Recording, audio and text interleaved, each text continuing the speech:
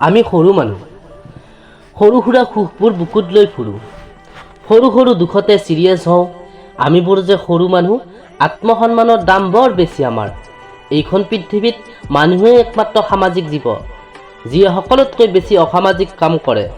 যেতিয়া আমাৰ বহুত বেছি পিয়াহ লাগে, পিয়াহত অণ্ঠ শুকাই যায়, তেতিয়া আমি বুজোঁ যে পানীৰ মূল্য কিমান। ঠিক তেনেকৈ নিসংগ মানুহে বুজি পায় জীৱনত আপোনজনৰ কিমান মূল্য। দুখত ভোগা মানুহজন এদিন নহয় এদিন সুখী হ'ব পাৰে, কিন্তু মনত ৰাখিবা, দুখ দিয়াজন কেতিয়াও সুখী হ'ব নোৱাৰে। জীৱনত সকলো শেষ হৈ যোৱাৰ পিছতো যদি আপোনাৰ মনত আকৌ পুনৰ কিবা এটা কৰাৰ হেঁপাহ জাগিছে, তেন্তে বুজিবা যে আপুনি এতিয়াও একো হেৰুওৱা নাই। সিদ্ধান্ত মাথো এটাই ল'ব লাগিব, কিয় আপুনি কিবা এটা কাম কৰিব খোজে তাক ভালদৰে জানি ল'ব লাগিব। আনে আপোনাক কি দিছে, আনৰ পৰা আপুনি কি পাইছে, সেইবিলাক ভাবি মন বেয়া কৰি একো লাভ নাই। নিজে আনক কি দিব পাৰিছা সেইটোত গুৰুত্ব দিয়ক। যদি আপুনি তেনেকৈ ভাবিব পাৰিছে, মনটো আপোনাৰ কেতিয়াও বেয়া লাগি নাথাকে। অকল টকা পইচা দিলেই দিয়া নুবুজায়। ভাল মাত এষাৰ, ভাল কথা এটাইও আন এজনে মনটো বহুত ভাল দিশত লৈ যাব পাৰে। সকলোৰে জীৱনৰ পথ বেলেগ বেলেগ। আনক জীৱনত আগবাঢ়ি যোৱা দেখি নিজে নজ্বলিব, কিয়নো আপোনাৰ পথতহে আপুনি সুখী হ'ব পাৰিব। নিজৰ যাত্ৰাত নিজে গৈ থাকক।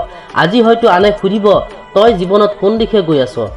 তেওঁলোকক বুজাবলৈ গৈ লাভ নাই। ঠাট্টা কৰিব দিয়ক।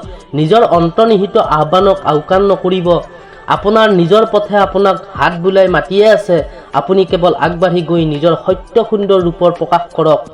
জীৱনত যদি ভবামতে সকলো হ'ল হৈ ভবামতে সুখী হ'ব পাৰি বুলি ভাবিলে এজন মানুহে কেতিয়াও সুখী হ'ব নোৱাৰে। অহংকাৰ কেতিয়াও নকৰিবা। অহংকাৰ কোনে কৰে? যিজনে হঠাৎ কিবা এটা পাই যায়, আগত পৰ অকণমান বেছি হয়, যিটো পোৱাৰ বা যিটো হোৱাৰ যোগ্যতা কোনোদিনে নাছিল, তেওঁৱেই অহংকাৰ কৰে। আপুনি আপোনাৰ দুখ কষ্ট যন্ত্ৰণাবোৰ কাকো নক'ব। নিজৰ মাজতেই সীমাবদ্ধ ৰাখক। নিজৰ মাজতেই থাকিব দিয়ক। আপোনাৰ মাজতেই সীমাবদ্ধ ৰাখক। কাৰণ মানুহে সদায় দুৰ্বলতাৰ সুযোগ ল'ব বিচাৰে। জীৱনত সুখী হ'বলৈ হ'লে এটা উত্তম উপায়, সেইটো হ'ল আচলতে নিজে কি কৰি আনন্দ পোৱা, নিজৰ প্ৰতিভা কি জানি লোৱা আৰু তাক বিকাশ কৰিবলৈ চেষ্টা কৰা। তাক উলিয়াই কেনেকৈ দিব পাৰি সেইটো চেষ্টা কৰা। বহুত সুখী হ'ব পাৰিবা। যদি তুমি কিবা কাৰণত জীৱনৰ প্ৰচণ্ড ধুমুহাখিনি নেওচিব নোৱাৰি ৰৈ যাবলগীয়া হৈছে, তেন্তে নিজকে অকলশৰীয়া গছ এডালৰ দৰে সৃষ্টি কৰা, নিজকে তৈয়াৰ কৰা। আকৌ যদি তাৰ পিছতো পৰি যাবলগীয়া হৈছে, গুটি এটাৰ দৰে সৰি পৰা, যাতে আকৌ তুমি আগৰ দৰে ডাঙৰ হৈ পৰিস্থিতিৰ সৈতে যুঁজিব পৰা। গতিকে বন্ধুসকল, আগবাঢ়ক পজিটিভ ইতিবাচক চিন্তাৰে, লক্ষ্যস্থান নিশ্চয় পাব। মোৰ এই যাত্ৰাৰ অংশীদাৰ হওক, মোৰ এই প্ৰয়াসৰ অংশীদাৰ হওক আৰু চাই থাকক, শুনি থাকক ছায়া মটিভেশ্যন। যদি চেনেলটো নতুনকৈ চাই আছে, ছাবস্ক্ৰাইব কৰি দিব। জয় আই অসম।